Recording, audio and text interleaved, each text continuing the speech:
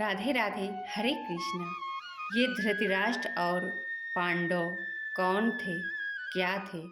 धृतराष्ट्र तथा पांडव भाई भाई थे, जिनका जन्म कुरुवंश में हुआ था और वे राजा भरत के वंशज थे, जिनके नाम पर ही महाभारत नाम पड़ा।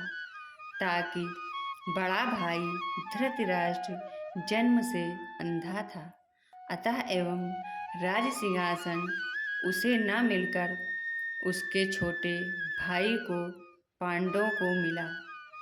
पांडवों की मृत्यु अल्पायु में हो गई, अतः एवं उनके 5 पुत्र धुनिष्ठर, भीम, अर्जुन, नकुल तथा सहदेव धृतराष्ट्र की देखरेख में रख दिए गए, क्योंकि उसे कुछ पल के लिए राजा बना दिया गया था।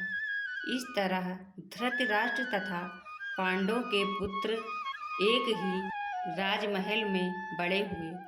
दोनों को गुरु द्रोणा द्वारा सैन्य कला का प्रशिक्षण दिया गया और पूज्य भीष्म पितामह उनके परामर्शदाता थे।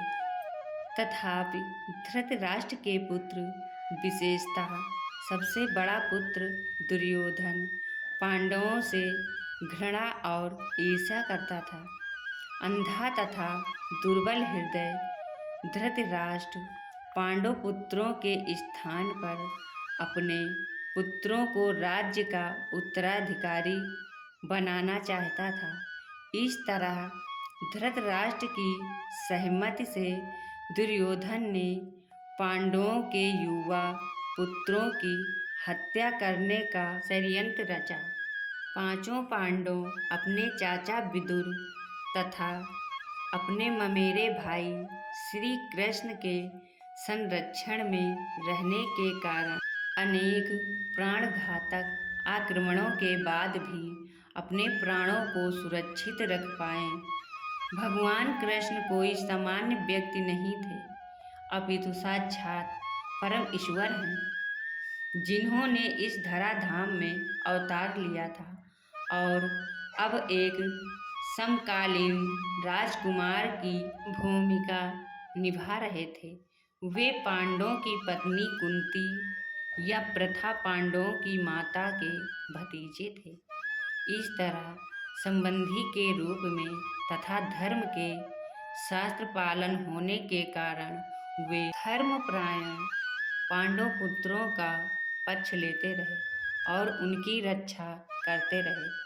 किंतु अंततः चतुर दुर्योधन ने पांडवों को झूठ क्रीड़ा के लिए ललकारा। उस निर्णायक स्पर्धा में दुर्योधन तथा उसके भाइयों ने पांडवों की सती पत्नी द्रौपदी पर अधिकार प्राप्त कर लिया और फिर से उसे राजाओं तथा राजकुमारों की सभा में मध्य निर्वस्त करने का प्रयास किया।